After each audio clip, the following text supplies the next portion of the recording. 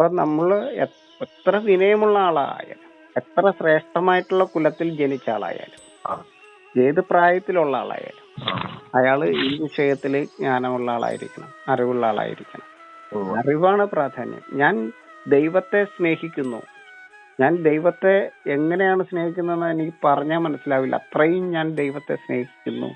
ഞാൻ മറ്റെന്തിനേക്കാൾ കൂടുതൽ ഗുരുവായൂരപ്പനെ അല്ലെങ്കിൽ വൈക്കത്തപ്പനെ സ്നേഹിക്കുന്നു എന്നല്ല പറയേണ്ടത്. ഞാൻ അറിയുന്നു, ദൈവത്തെ ഞാൻ അറിയുന്നവനാകുന്നു, ദൈവത്തെക്കുറിച്ച് എനിക്ക് നല്ല ജ്ഞാനമുള്ളവനാകുന്നു. അങ്ങനെ ജ്ഞാനമുണ്ടെങ്കിൽ, അറിവുണ്ടെങ്കിൽ മാത്രമാണ് നമുക്ക് സ്നേഹിക്കാൻ പറ്റുള്ളൂ. ആരെ? മറ്റുള്ള ജീവജാലങ്ങളെ, മറ്റുള്ള സർവ്വതിനെയും സർവ്വ ജീവലോകത്തെയും സ്നേഹിക്കുവാൻ കഴിയുന്നത് ദൈവം എന്താണെന്ന് അറിയുമ്പോഴാണ്. ദൈവത്തോട് അറിവാണ് വേണ്ടത്. ഉവ്വ. ദൈവത്തെങ്കിലും നമുക്ക് വേണ്ടത് സ്നേഹമല്ല, അറിവാണ്. ആ സ്നേഹമല്ല നമുക്ക് അവിടെ വേണ്ടത്, അറിവാണ്. ദൈവത്തോട് ദൈവിക കാര്യങ്ങളിൽ നമുക്ക് വേണ്ടത് അറിവാണ്, സ്നേഹമല്ല.